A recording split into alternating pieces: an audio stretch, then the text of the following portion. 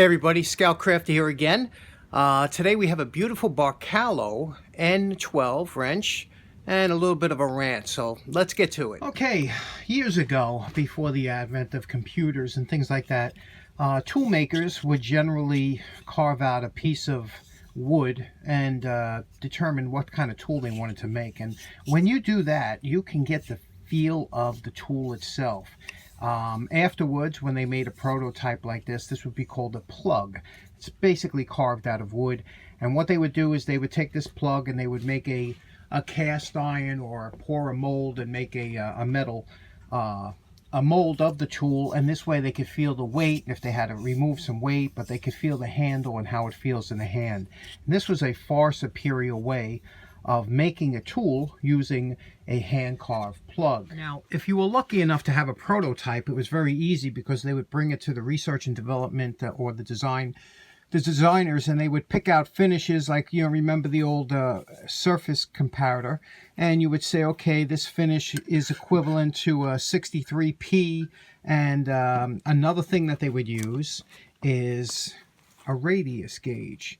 Now, you don't see these too often unless you're in the design or manufacturing, but see what these are radius gauges, and they're all marked, and basically they look like this. And you can see here, this one's an 11/64th. See that? 11/64th radius. And what's so great about that, if I was looking at this wrench here, I'd say, okay, what kind of radius does the designer want on this edge here? So you would pull out the radius gauge, line it up, and you'd say okay, and you would put that into the plans, and it would go into manufacture. Nice 11/64ths, and you can see how smooth that is on the hands.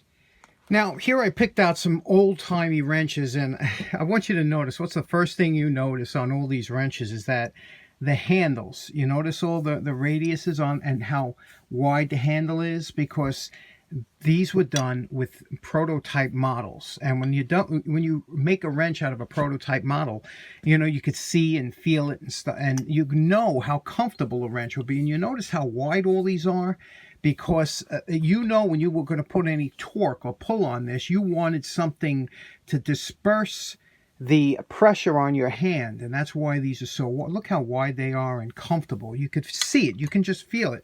This one here is the first one I ever saw. This is an old Buffalo Barcalo wrench, and look at this, it's got knurling. Have you ever seen an adjustable with knurling on it? That's pretty cool. But they were all smooth, they all felt good in the hand. Let's compare that to today's wrenches. Now, the bigger or longer the wrench gets, the wider the handle should be, because that means you're going to put more torque on it because it's a bigger nut. And you could see here with the modern wrenches, look how thin they are. You see? And they don't do that because it's a good design. They do that because it saves money. Every 1/16 of an inch they could save on steel is profit down the end. Now, here's an older wrench. You could see here an older crescent. Look how wide this is. This is as wide as a 10-inch. You know, you can see it's the same width over here, and because they knew years ago comfort meant a lot. And here is a newer wrench. Again, this is I guess this would be considered about an 8-inch wrench. Look at the difference in width here between these two wrenches, you know, a modern and an older one, because they keep cutting down on the steel. They're leaving out the design factor, which is comfort for the user. Now, all that ranting is leading up to this. I bought this, I guess, I don't know, was it last year or the year before? I got it, was on clearance, and I picked it up. And, you know, these are the Milwaukee, and again, everything that's new, everything that's old is new again, or that kind of thing. They came up and they said, look, this one won't slip because it's got the extra splines in the wheel, which they've been doing for 100 years, but, you know, now they're touting it as new. But I actually got this online. And when I got it, you know, of course, look at it, you know, all right, it's red, but that ain't the reason why. I looked at it and I said, wow, it's an interesting, you know, I'm a tool guy, send it. It was inexpensive, lifetime warranty. And I said, first thing I did when I got it out of the box is I grabbed the handle, and I was like, oh, they didn't. And yep, they did. Look at the radius on it. It's like a square radius. And when you feel this wrench, the first thing you notice is that it's just totally uncomfortable. And it looks cool, you know. It's like, wow, it's cool looking, modern looking, whatever. And I'm all into that, you know. I'm a gimmick guy. I'll bite. But then I felt it, and I was like, I didn't want to take it even out of the pack. I didn't want to try it out. Both of them are totally uncomfortable. And I was just disappointed because I said, you know, this is the difference between today doing designs on a CAD or a computer program instead of carving out a plug and doing it the old-fashioned way and getting it in your hand and going. You'll notice right away when you carve out a model and you say, uh-oh, this is wrong. This don't feel right. This thumb, instead of being here, it's up here. Or you can make changes. When they do it on the computer, they pop it out, and then you got a bunch of guys sitting around the board meeting, non-tool guys, and going, yeah, that looks great.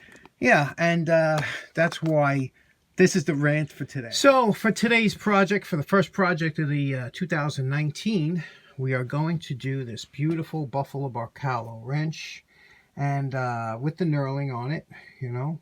Like I said, this feels real nice. And look how thick that is, huh? One of them thick ones. We got a little chipping in the front here. See that? We're going to have to address that. And got a stamped 53 in there. Looks nice. See, I love when they stamp letters and they do it properly. Look at how nice that is, huh? And yeah, we'll just take this down. We'll do it up nice. This is all nice and smooth. This should come out good. This wasn't beat on. Just a nice wrench, huh? And I like this little detail. You see that little like teardrop in the back? Isn't that nice? And maybe we'll do some color or whatever, but I like it. Nice wrench. So let's get working on it and do our thing.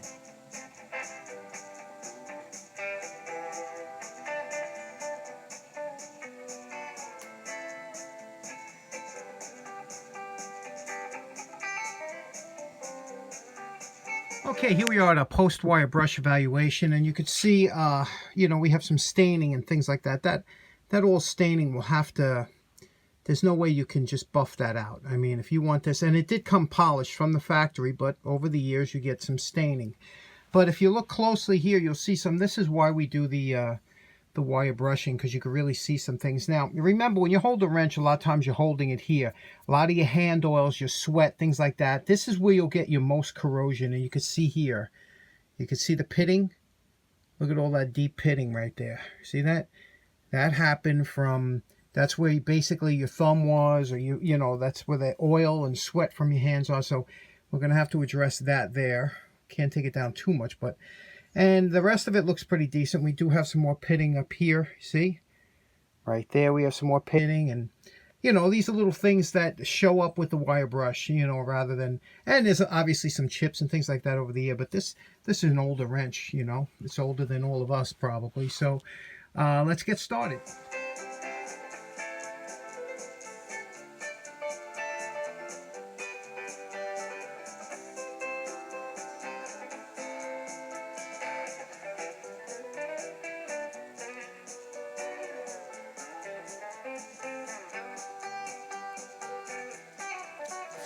Now, you know my favorite part. Remember what this wrench looked like before we started.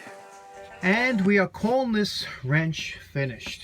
Now, didn't this come out nice? You can see what we did here. We embellished this with the white to really make it stand out, the Barcalo. But on the other hand, you see the Buffalo over here? The problem is that because the lettering was a little crooked from the factory, if I tried to paint that up, it would just look horrible. Lettering makes or breaks the wrench. And did a little red in there, and it just really makes the wrench pop. This is the Model N of the Barcalo series, and this was designed in 1921 and ran up to about 1940, early 1940s. They did this design. The N design was typical. You would see it has the double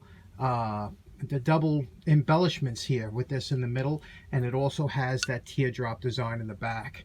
It has the knurling on the handle. You can see how nice that is. This was a wonderful little design, and Barcalo originally started off making furniture, and they used to make other things like metal parts of their furniture, and then they got into making tools in the early 20s. And 1896 is when the company actually started, but they were really heavily into tools by the 20s, and they were making some really nice stuff.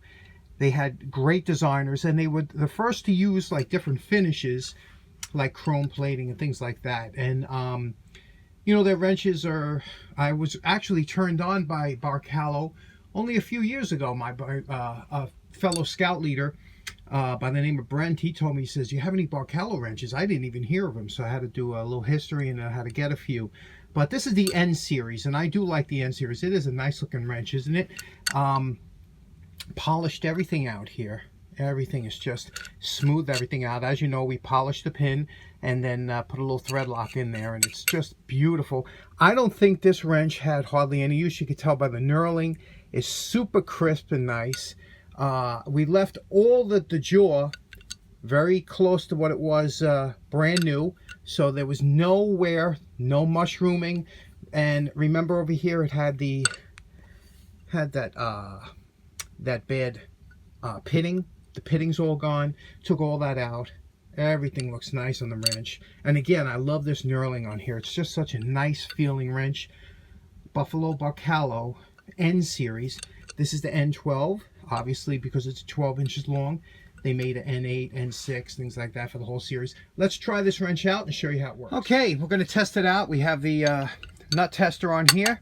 Put the wrench on, give it a little snug up, and you could see that it does seat nice. Now this was a larger, you could see with these wrenches, this was a larger thickness on these wrenches. These were the heavy duty style wrenches that they had back then. Again, they're not great for getting into smaller areas or tight areas like today's cars. You could never use a wrench like this, but when you had to do you're working on a tractor or you're working on some kind of machinery that had a difficult bolt or nut to crack, this had plenty of steel to back it up, and it was just a beautifully made wrench. Isn't that a nice looking wrench? And really enjoy using it. So in closing, we have our polished Buffalo Barcalo wrench from Buffalo, New York, and the N series, N-12. Real nice mirrored polish on this one. It's just a beautiful wrench to start with.